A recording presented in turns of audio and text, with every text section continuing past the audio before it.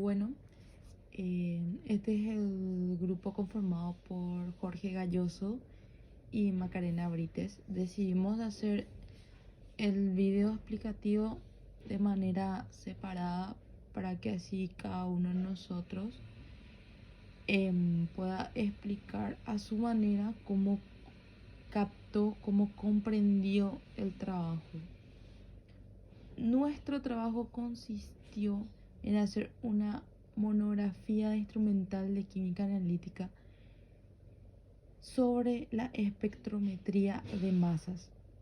La espectrometría de masas es una técnica que sirve para separar átomos, isótopos e incluso fragmentos de moléculas basándonos en su masa. Es una técnica bastante efectiva.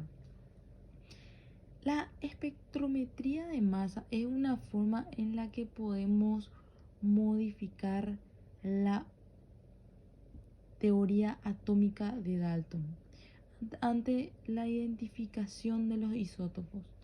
Los isótopos son aquellos átomos del mismo elemento pero con masa diferente, debido al número de neutrones que contienen. Básicamente se calcula el promedio de la masa atómica, o también conocido como peso atómico, que es lo que solemos ver en la tabla periódica. La espectrometría de masa también sirve para analizar átomos individuales, identificar cuáles son los átomos presentes en una muestra o incluso romper grandes macromoléculas y analizar sus fragmentos. Para eso se utiliza un espectrómetro de masa que consiste en tres partes. Primero tenemos un ionizador, luego un analizador de masas y un detector. El ionizador tiene que estar completamente vacío. Tenemos que sacar todas las partículas que haya dentro del espectrómetro, porque de lo contrario no funcionaría. Bueno, lo que vamos a hacer es colocar la muestra. Puede ser un sólido, un líquido o un gas. Se puede inyectar en el tubo ionizador.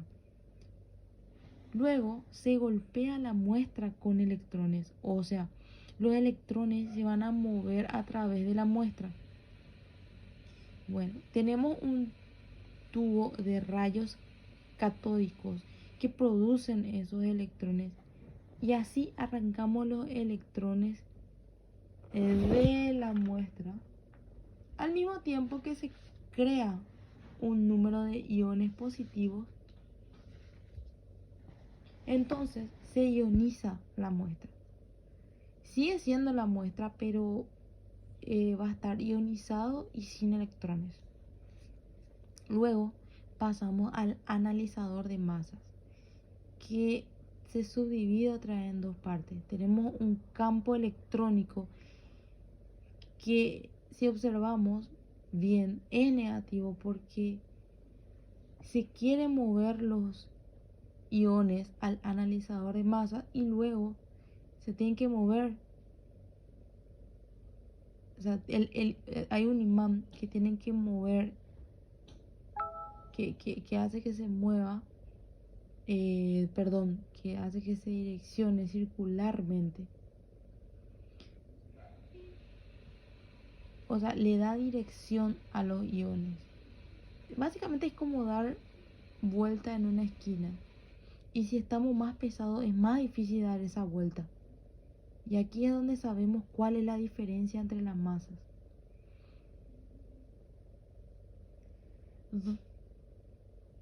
De esos iones. Y por último tenemos el detector, que consiste en dos cosas. Un multiplicador de electrones, que es una placa en la que cuando choca un electrón se desprenden otros electrones que a su vez chocan con la siguiente placa hasta que obtenemos una señal, y esta señal tiene que ser amplificada. pero también podemos enviarla a una computadora y así podemos obtener el espectro que generan las diferentes masas. Lo primero que tenemos que hacer es calibrar este dispositivo, enviando de prueba algunos iones. Luego se analizan las muestras, los resultados se ven en una tabla. Al crear el espectro se va a ir formando una tabla donde vamos a tener las diferentes masas versus la intensidad. Si la intensidad es alta, vamos a poder observar un pico. Y ese pico significa que tenemos muchos iones con ese espectro, ¿verdad? Pero atómicos específicamente. Por ejemplo, podemos tomar el ejemplo del cloro. El cloro tiene solamente dos isótopos estables, que es el cloro 35 y el cloro 37. Cuando analizamos al cloro con el espectrómetro de masas y encontramos dos tipos de iones, significa que tenemos dos picos. Uno que es del cloro 37 y del otro es el del 35.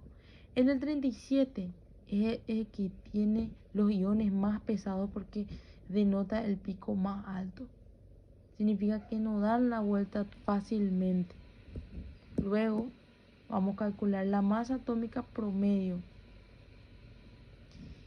Y se calcula la masa por la abundancia de uno de los isótopos más la masa por la abundancia del otro.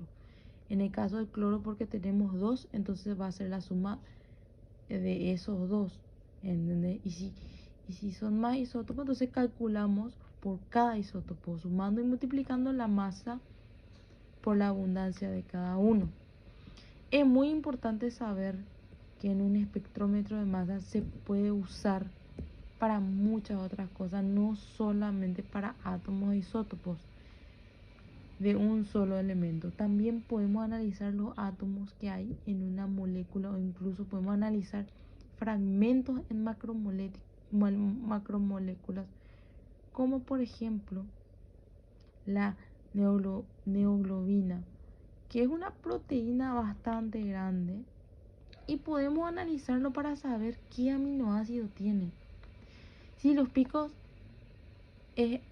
son altos, eso significa que tenemos más de ese aminoácido y generalmente lo que se mide está en MZ por la relación de masa y carga.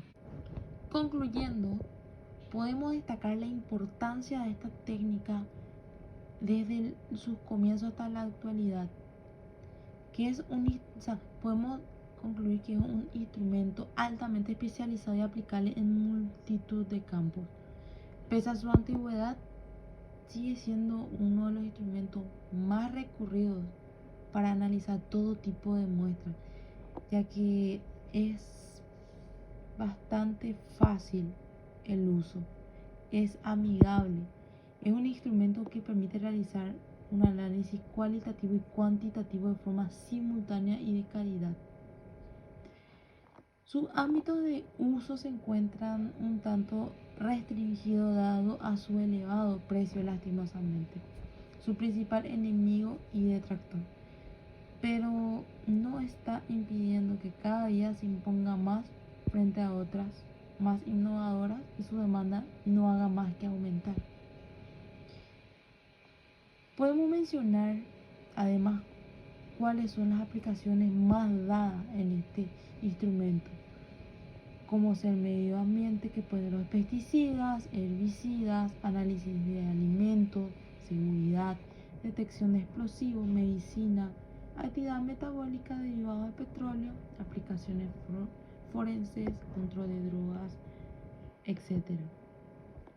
Muchas gracias.